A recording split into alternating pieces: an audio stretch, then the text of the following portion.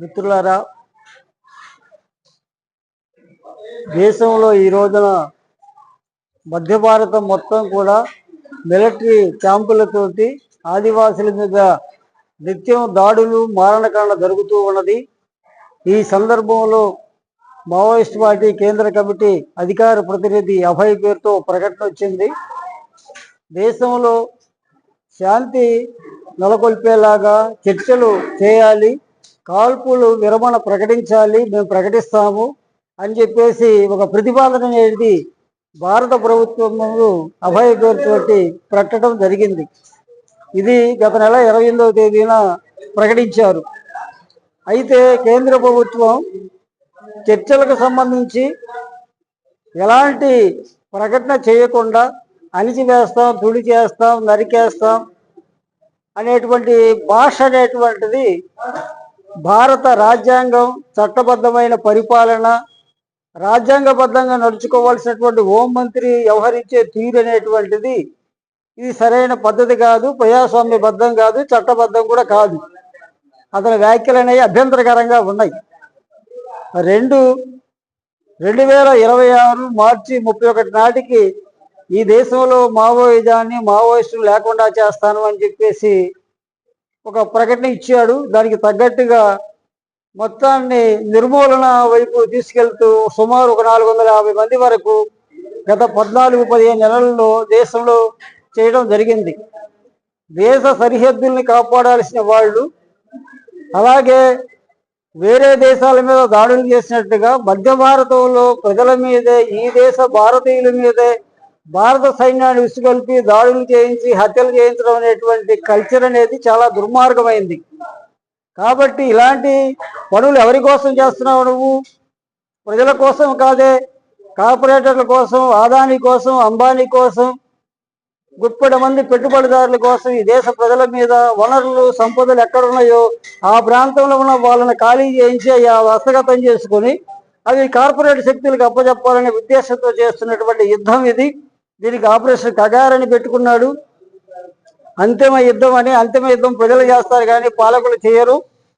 కాబట్టి ఈ రోజున ఈ దేశంలో శాంతి నెలకొల్పాలంటే ఖచ్చితంగా మావోయిస్ట్ పార్టీ తోటి శాంతియుతమైనటువంటి చర్చలు జరిపి చట్టబద్ధంగా అన్ని విషయాలు పరిష్కారం చేయొచ్చు.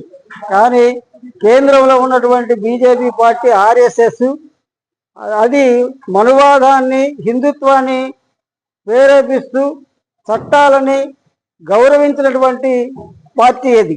అందువల్ల ఈ రోజున ఒకవైపున మేధావుల వైపు నుంచి చర్చలు జరపాలి, శాంతి నెలకొల్పాలి, ఆదివాసుల్ని చంపకూడదు అని పెద్ద ఎత్తున మాట్లాడుతూ ఉన్న ఒక్క మాట మాట్లాడినటువంటి ప్రధానమంత్రి ఎవరున్నారంటే మోడీ. బహుశా ఈ 10-11 ఏళ్లలో ఏనాడు ఒక ప్రెస్ మీట్ పెట్టలా, మీడియా ముందుకు రాలా. మీడియా ముందుకు వస్తుంది ఎవరు? అమిత్ షా వస్తున్నాడు. అమిత్ షా ఎలా వస్తున్నాడు? మొత్తం హెచ్చరించడం, చంపుతాం, నరుకుతాం, పొడుస్తాం, ఇదంతా కూడా ప్రజాస్వామ్యం, చట్టము గౌరవించే మనుషులు మాట్లాడే భాష కాదు. కాబట్టి ఈ రోజున ఈ పరిస్థితుల్లో ఈ దేశంలో శాంతి నెలకొల్పాలన్నా ఖచ్చితంగా మావోయిస్ట్ పార్టీతో చర్చలు జరిపి మావోయిస్ట్ పార్టీ ప్రతిపాదిస్తున్నటువంటి అంశాలని సామరస్యంగా చర్చల ద్వారా పరిష్కారం చేయాల్సిన అవసరం ఉన్నది. ఎందుకంటే ఈ దేశంలో ఈశాన్య రాష్ట్రాల్లో ఉన్నటువంటి తిరుగుబాటుదారులు ఆయుధాలు పట్టణ పెట్టకుండానే వాళ్ళతో నిత్యం చర్చలు జరుపుతూ ఉన్నారు. అక్కడ లేని అభ్యంతరం నీకు ఇక్కడ ఎందుకు వస్తుంది? చర్చల్లో ఆయుధం అనేది ఆటంకం కాదు. ఆయుధం ఉంది కాబట్టే వాళ్ళతో చర్చలు జరపాలి. ఆయుధం లేనటువంటి కమ్యూనిస్టులు చాలా మంది ఉన్నారు ఈ దేశంలో. వాళ్ళతో చర్చలు జరపవు. ఆయుధం ఎందుకు పట్టుకోవాల్సి వచ్చింది అనేటువంటి విషయం కూడా చర్చల్లో మాట్లాడవచ్చు, తప్పులేదు. కాబట్టి భారత రాజ్యాంగం అనేటువంటిది రాజ్యానికి మాత్రమే ఆయుధాలు ఉండేలాగా ఇచ్చింది. కానీ ఆ ఆయుధాన్ని ఇష్టం వచ్చినట్టుగా దుర్వినియోగం చేస్తానంటే చట్టం ఒప్పుకోదు. కాబట్టి చట్టబద్ధంగా నువ్వు కూడా ఆయుధాన్ని ఉపయోగించాలి. చట్ట వ్యతిరేకంగా వాడేది రాజ్యాంగం ఇవ్వాల. ఈ రాజ్యాంగ పరిధిలో ఈ సమస్యను పరిష్కారం చేయడం కోసం జరుగుతున్నటువంటి చర్చల ప్రతిపాదనని ముందుకు తీసుకెళ్లే దాంట్లో మేధావులు, రాజకీయ పక్షాలు, వామపక్ష పార్టీలు అందరూ ముందుకు రావాలని, కేంద్రం కూడా మీనవేషాలు లెక్క పెట్టకుండా తక్షణమే చర్చలకి తమ వైపున ప్రతిపాదన పెట్టాలని చెప్పేసి, ముందుకు రావాలని చెప్పేసి ఈ సందర్భంగా ప్రజా సంఘాలుగా మేము కేంద్రాన్ని కూడా విజ్ఞప్తి చేస్తున్నాం. సమస్యల్ని ఘర్షణపూరితం కాదు, శాంతియుత పద్ధతుల్లో పరిష్కారం చేసుకోవడానికి ముందుకు రావాలి.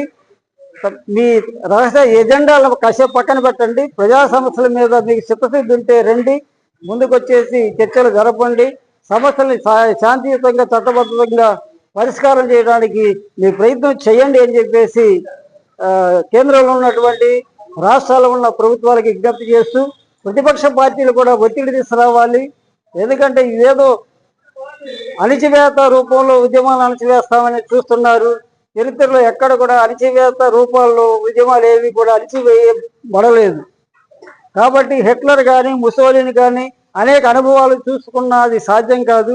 ఖచ్చితంగా చర్చల ద్వారానే పరిష్కారానికి ముందుకు రావాలని, ఆ ఒత్తిడి కూడా ప్రతిపక్ష పార్టీలు చేయాలని ఈ సందర్భంగా ప్రతిపక్షాలు కూడా మేము విజ్ఞప్తి చేస్తూ ఉన్నాం.